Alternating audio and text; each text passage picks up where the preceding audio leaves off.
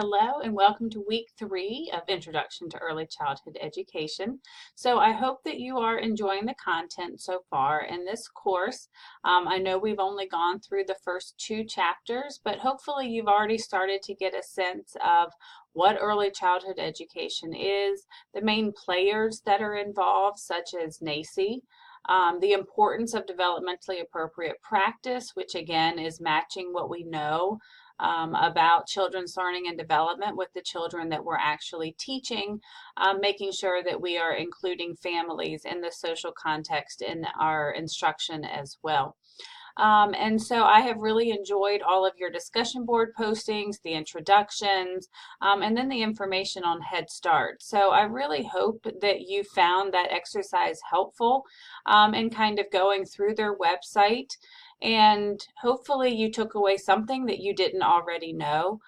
It is a program that has long been in existence. It serves a lot of children, over 1 million. And studies have proven that it is highly effective in getting children prepared for school and life in general. So that really is kind of the foundation of what chapters 1 and 2 were about. And so as we move into chapter 3, we're really going to focus on the child. We're going to look at what defines the young child. And remember that early childhood education is birth to 8, which covers up through 3rd grade. So as we're looking at the child, the young child, we're going to be looking at the different characteristics that they may have. And the other part of the chapter is really dealing with the differences in children.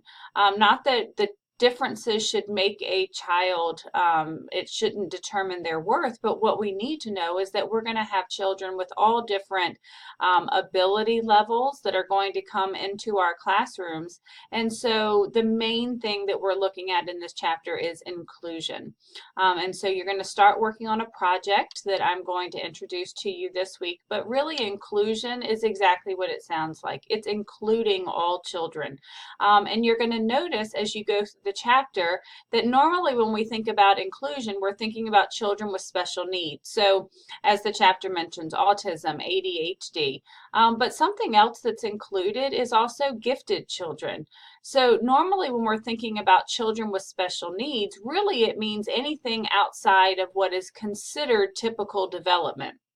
So a lot of times special needs is looking at those children who are behind the curve.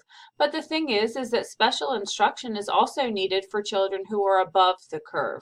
And so I'm really glad to see that they have included gifted children in this chapter as well. Because again, we are going to have children of varying abilities in our classrooms. And so we need to make sure that we're providing the best instruction for all children. And that really is what this chapter is going to focus on. So if you go into this week's folder, you're going to see the PowerPoint for chapter 3, and things should start to look fairly familiar. So read the chapter. Please read the chapter before you go over the PowerPoint, simply because the PowerPoint just brings out the main topics, but the book is so full of resources, charts, and checklists, and other resources that you can go to that I really want you to read that before you actually go over the PowerPoint. You're going to have an inclusion discussion board to do, and then the inclusion project.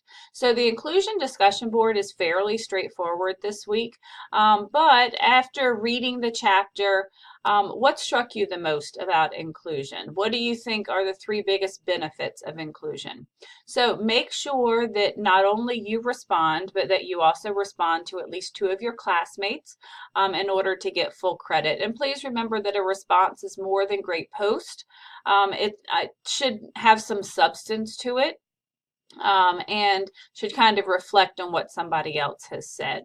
And so finally, this week, you're going to get your first project. Remember, this is a project-based course. And so this is what we call the inclusion project. It's actually a project that was developed out of VCU as part of a grant and looking at how to prepare teachers to be inclusive as best as they can. So what I have done is I have made available to you the packet. I have also created a template for you. And so I'm just going to kind of walk you through it quickly so that you see what it is you're supposed to do. So when you go to the PDF, the inclusion project, it is going to um, show you that there's two videos that you are going to watch, and then there's an article that you're going to read. So this is actually the template, but when you click on the inclusion project, then this is what the packet looks like. So don't freak out when you see 17 pages, because not all of that is what you're going to need. But basically what you're going to be doing under this assignment 1 is you're going to be watching 2 videos. And so I will show you that I've already put the links on Blackboard for you so that you can just go directly there. So for the first video, you're going to watch the video, and then there are 4 questions that you are going to answer. I will tell you that letter B has a right or wrong answer. The other questions are kind of your opinion, but B actually has right or wrong answers that come straight from the video that you're going to watch. So please make sure that you answer all parts of it. Make sure you explain the desired results, and then what is meant by access, participation, and supports. And it even tells you where you're going to find them in the video that you can also download as a transcript. So you're going to watch one video, and then you're going to answer 2 questions. Then you're going to watch a second video, and then there are 2 questions that you're going to answer. So the first video is going to be known as the letter of the law, which means this is what the law says about special education and inclusion. Whereas activity B, the second video, is going to be the spirit of the law, which means what does it actually look like in practice? What are teachers and parents saying about special education and inclusion? So for this part, you're going to watch the 2 videos, you're going to answer the appropriate questions, and then finally you're going to kind of reflect, which one did you think was more important? The letter of the law or the spirit of the law? And if you favored one over the other, why? It is perfectly okay to say that you think both are important, but please explain why. So really, anytime that I'm asking you to complete an assignment, I want you to be as thorough as possible. So I'm not looking for one sentence answers. I'm looking for you to have really done some reflection and thinking on these particular questions. So especially when we get to activity C, it should be at least a good paragraph. If not a little bit more, because instead of just saying, I think video number 1 is more important, I need to know why. What is it about that video that makes it seem more important to you? So same thing for the other questions. So again, 2 videos with questions, and then a compare contrast kind of activity. And then the second thing you're going to do is you're going to read an article that is actually attached in this packet, and there are 6 questions that you're going to answer.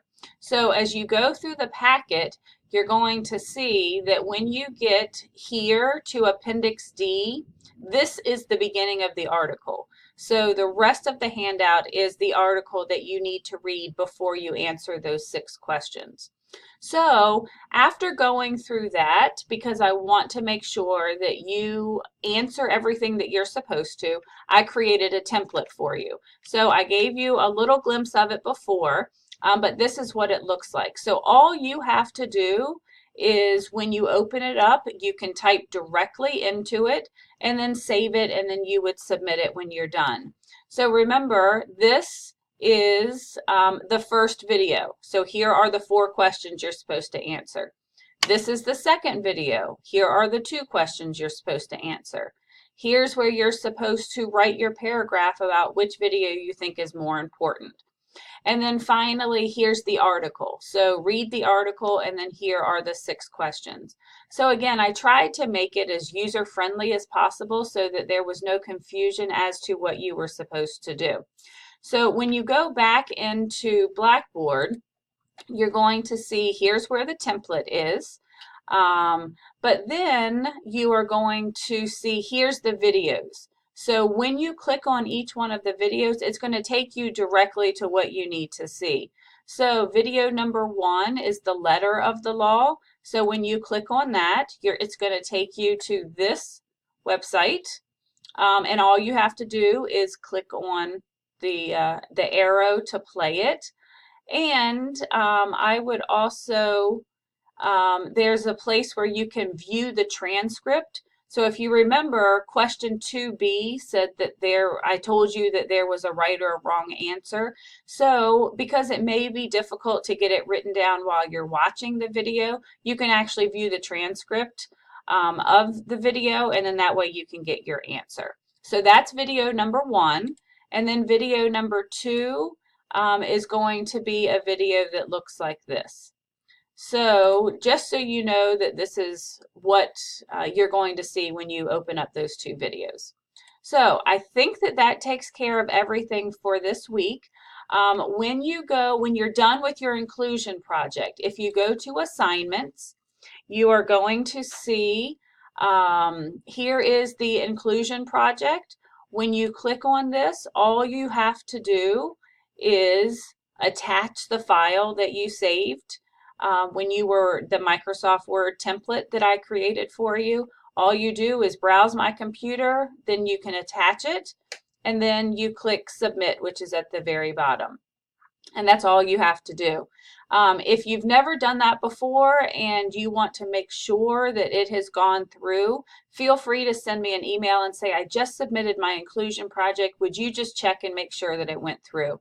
Normally, you're supposed to get some kind of response that lets you know that it was successfully submitted. But I know that I'm one of those that would worry that I had done it and then it actually didn't go through. So feel free to send me an email if you just want to double check. So again, I think that is it for week 3. Have fun reading about children and about inclusion in the classroom, and I hope that you enjoy working on the inclusion project. So have a great week, and I will see you in week 4.